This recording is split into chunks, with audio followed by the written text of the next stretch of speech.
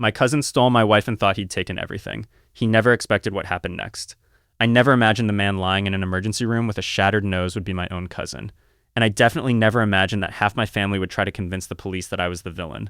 The funny thing is, if he'd simply walked away after betraying me, none of it would have happened. Instead, he decided to rub my face in it. That was his biggest mistake.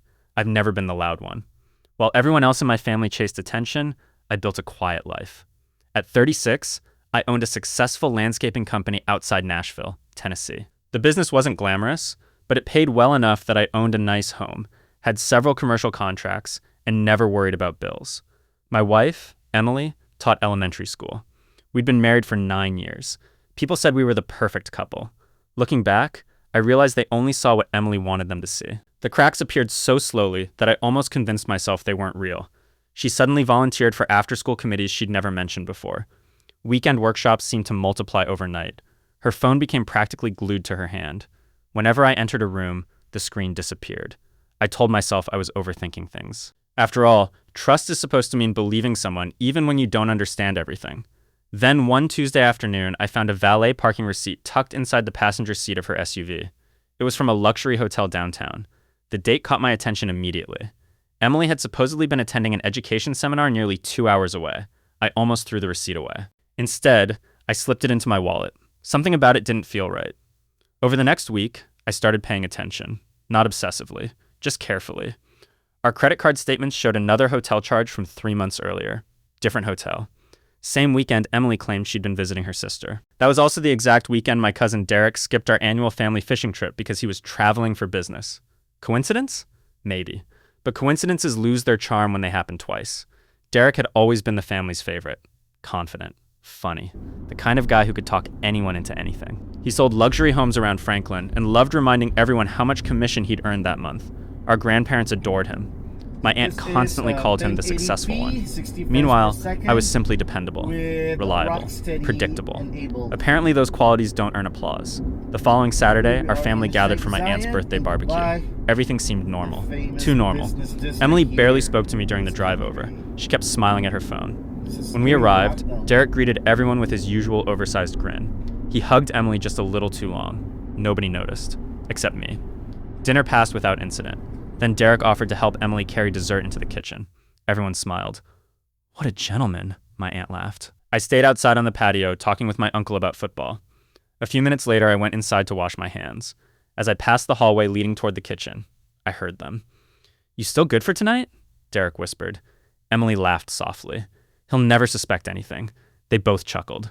My hand froze on the hallway wall. Oddly, I didn't feel rage. Not yet. I felt something colder. Certainty. I walked back outside, finished my drink, talked baseball, smiled for family pictures, then drove home beside the woman who had just confirmed every suspicion I'd tried so hard to ignore. That night, I pretended to go to bed early. Emily seemed relieved. 20 minutes later, I heard the garage door open. She thought I was asleep. I waited another minute before quietly leaving through the back entrance. The hotel receipt was still in my wallet. Same hotel, same address. When I arrived, I parked across the street beneath an oak tree. I didn't have to wait long. First came Derek's black Range Rover. 5 minutes later, Emily's SUV rolled into the parking garage. They entered separately. Professionals. Or at least they thought they were. I didn't confront them. That would have accomplished nothing. Instead, I photographed both vehicles. License plates. Timestamps. Everything. While walking past the front desk, I casually asked whether a reservation existed under my last name. The receptionist frowned at her computer. I don't see one. She clicked another reservation by mistake. Room 814. Registered to Derek Lawson. She apologized. I smiled politely and left. That accidental mistake changed everything. As I climbed back into my truck, I noticed something buzzing beneath the passenger seat. Emily's phone. She'd forgotten it. The screen lit up before I could even think. Derek, don't stress about the divorce. Once he signs the papers, we'll split everything. He'll never know what hit him. I stared at those words for nearly a full minute. Not because I was shocked, because suddenly every missing piece fit together. This wasn't just an affair. It was a plan. They intended to leave me heartbroken, then bankrupt. I quietly emailed myself screenshots before placing the phone exactly where I'd found it. Then I drove home. For the first time in weeks, I smiled, because they thought they were running the game. They had no idea I'd just learned every move they planned to make. The very next afternoon, Derek called. Hey, man, he said cheerfully. Want to watch the Titans game tomorrow? I almost laughed. The confidence in his voice was unbelievable. Sure, I replied. Come by around 2. He never suspected a thing. Neither did Emily. What neither of them remembered was that after a burglary scare 3 years earlier, I'd installed security cameras throughout my living room and kitchen. High definition. Audio included. Everything backed up automatically to the cloud. The next morning, I checked every camera twice, made sure every angle was recording. Then I waited. Exactly at 2 o'clock, Derek pulled into my driveway carrying a 12-pack of beer like we were old friends. He walked inside smiling, completely unaware that before the day was over, his entire life was about to begin falling apart. The next afternoon, Derek showed up carrying a 12-pack of beer like nothing had happened. He walked through my front door smiling. Game starts in 10 minutes, he said. Hope you're ready to lose. I usually don't lose, I replied. He laughed, assuming I meant football, if only he knew. The security cameras were already recording every angle of the living room. Crystal clear video, crystal clear audio, cloud backup. There would be no arguing about what happened next. We watched the first quarter in silence. I waited. People like Derek always talk when they think they've already won. Halfway through the second quarter, I muted the television. I need your opinion on something. He glanced over. Sure, I've been thinking about divorce. His eyebrows lifted for just a second before he forced a sympathetic expression. Really? Everything okay between you two? I found out Emily's been talking to a lawyer. He shrugged. That happens. I stared at him. What if she's seeing someone else? He took a long drink before answering. If she is, maybe it's because she got bored. There it was. The arrogance. The same arrogance he'd carried his entire life. I pulled out my phone and placed it on the coffee table. The screenshot of his text filled the screen. We'll split what he owns. His smile disappeared, only for a second. Then it came back. So, he said quietly, you finally figured it out. No denial, no apology, nothing. How long? I asked. He leaned back on my couch as though we were discussing the weather. About 18 months. 18 months? He nodded. She came to me first. I didn't respond. He mistook my silence for weakness. Honestly, he continued, she said you'd become predictable. The words hit harder than I expected. Still, I kept my voice calm. You slept with your own cousin's wife. He shrugged. She's an adult, my wife, he smiled. Not for much longer. He stood and wandered around the living room. You know what your problem is? I said nothing. You think being the nice guy earns rewards, he laughed. It doesn't. I take what I want. I always have. Then he looked me directly in the eyes. And this time, I took your wife, I stood. So that's really who you are. He stepped closer. Don't pretend you can stop any of this. Once the divorce is finalized, Emily gets half. The house, your savings, retirement. You'll rebuild. You always do. His confidence was unbelievable. Then he made one final mistake. He poked me in the chest. Hard. What are you going to do about it? I stepped backward. Leave, he smiled. Or what? I said leave. Instead, he shoved me. Hard enough that I stumbled into the wall. Then he swung. I ducked. His fist sailed past my face. Instinct took over. I drove my elbow into his ribs. He staggered. Charged again. We collided with the coffee table. It exploded beneath us. He slipped. His face smashed into the hardwood floor with a sickening crack. Blood poured from his nose instantly. He screamed. My nose. I didn't hit him again.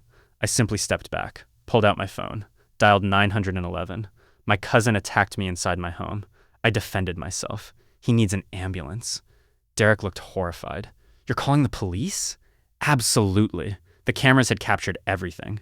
The shove, the punch, every word, every threat. He suddenly realized the game had changed. Paramedics arrived within minutes. Broken nose, possible concussion, several stitches. The responding officers separated us and took statements. When they asked if I had evidence, I simply opened the security footage. They watched the entire encounter. Neither officer spoke until it ended. One finally nodded. Looks like self-defense. I thought the nightmare was over. It wasn't. Within an hour, my phone exploded. My aunt, my uncle, 3 cousins, even my grandmother. What did you do to Derek? He's in the hospital. How could you attack family? No one asked why. No one asked what started it. They'd already chosen their version. The next morning, I met with my attorney, Michael Brooks, former prosecutor. Calm, methodical, exactly the kind of lawyer I wanted. After watching the footage, he smiled. They don't have a criminal case. What about the divorce? He leaned back. Tell me something. Did you ever sign a prenup? I smiled for the first time all week. Actually, Emily did. 9 years earlier, my father had insisted I protect myself before getting married. At the time, I thought it was unnecessary. Emily agreed without reading more than a few pages. Neither of us imagined we'd ever need it.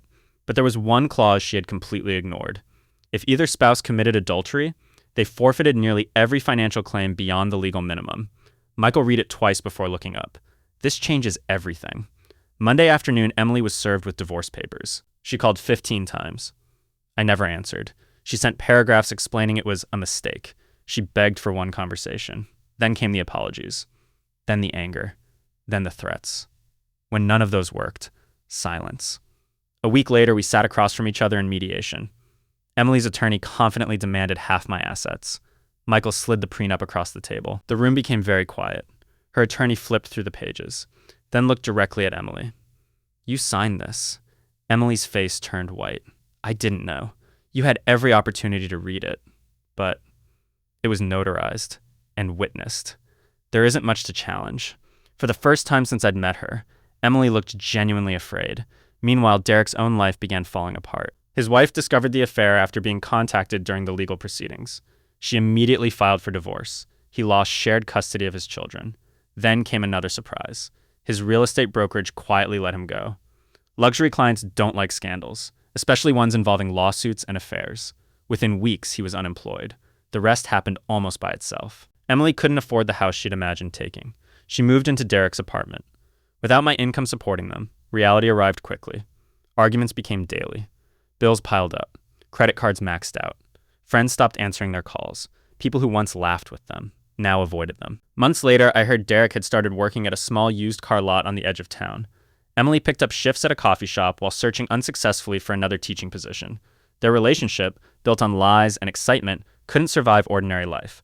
They blamed each other for everything, exactly as you'd expect. One rainy evening, nearly a year later, someone knocked on my front door. I checked the camera.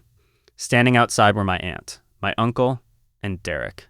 He looked nothing like the confident man who had walked into my house months earlier. His expensive suits were gone. His shoulders slumped. Dark circles surrounded his eyes. He looked exhausted, broken. I opened the door. No one spoke for several seconds. Finally, my aunt whispered, "Please, we're family." I looked at Derek. He couldn't even meet my eyes. "I lost everything," he said quietly. "My marriage, my career, my kids, I know." He swallowed hard. "I made a terrible mistake." I shook my head. "No, you made hundreds of choices. Each one led you here." My uncle stepped forward. "Can't we put this behind us?" I answered honestly. "I already have." Then I looked at Derek. "You once told me you always get what you want."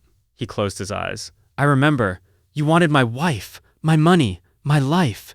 You got exactly what you chased. It just wasn't what you expected." No one had anything left to say. I wished them well, closed the door, and locked it. Sometimes people think revenge is about making someone suffer. It isn't. Real justice happens when you stop rescuing people from the consequences of their own decisions. I didn't destroy Derek. I didn't destroy Emily. They did that themselves. All I did was finally step out of the way. Like this video, subscribe to the channel, and may the force of Reddit stories be with you.